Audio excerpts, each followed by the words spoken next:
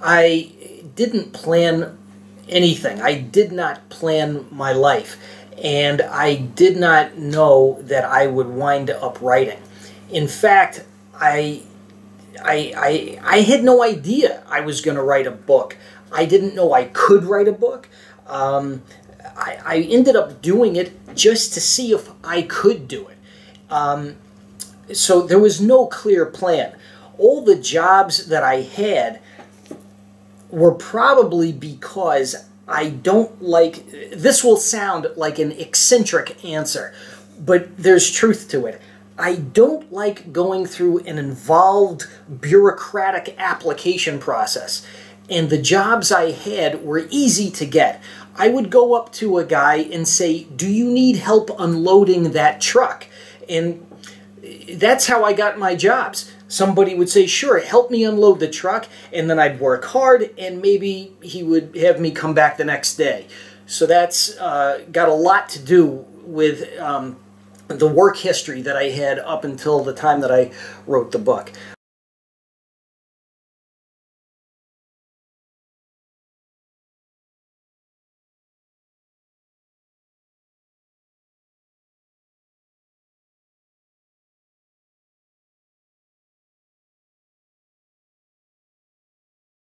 And it's funny you should say that, because I think on deep down, I felt that way too. Mm-hmm. I never said that to anyone before, but I guess the book was the beginning of a new life for me, and I just never said that to anyone. You said it for me. Well, I first of all, I saw this phrase outside of a religious school in Brooklyn called the Al-Nur School. I have just learned that Al-Nur means the light in Arabic. A beautiful name. And when I say it's a religious school, I think you could compare it to a Catholic school or something like that. It's a school for young people through high school.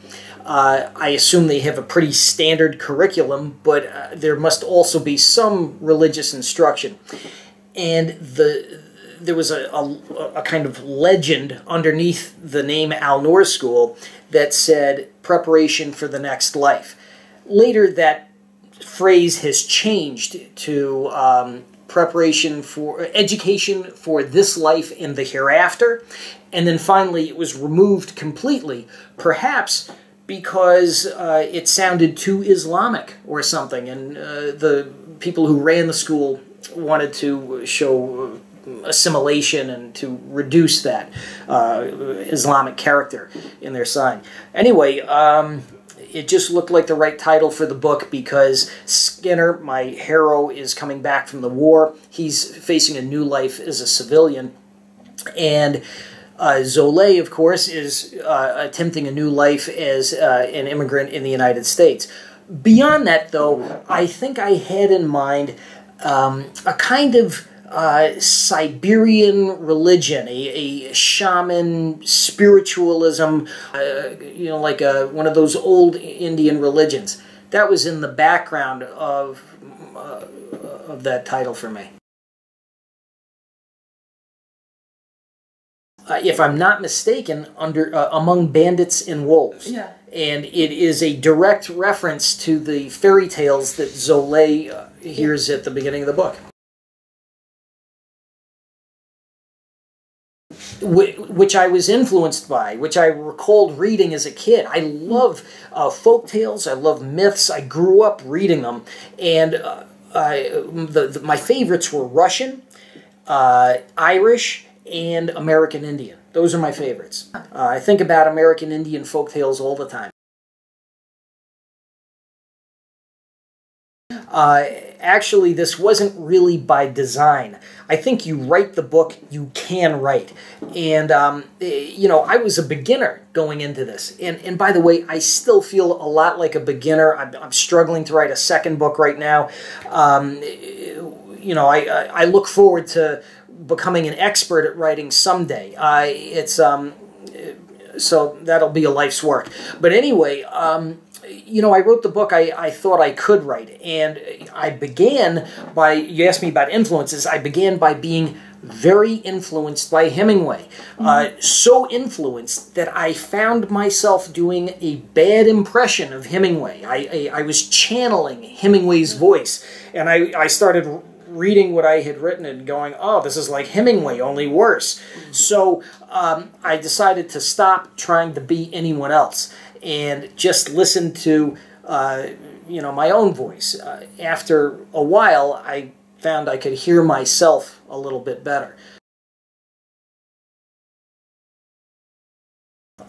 You know, one of the neat things about the place where the novel is set in Queens is you can overhear pretty neat stuff, and sometimes I would hear people say things that were far more interesting than I could have made up. I heard great conversations, and some, you know, it's just material you want to use if you can. I've been giving a stock answer of 5 years. I mean, that's as good of an answer as I could probably give. But you're absolutely right. I mean, I guess the seeds in your imagination do go back a really long time.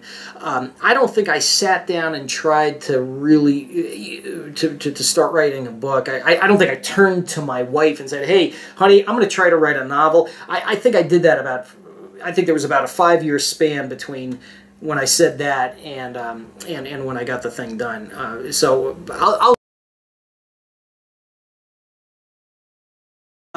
you know, I think what really took me so long wasn't doing research exactly.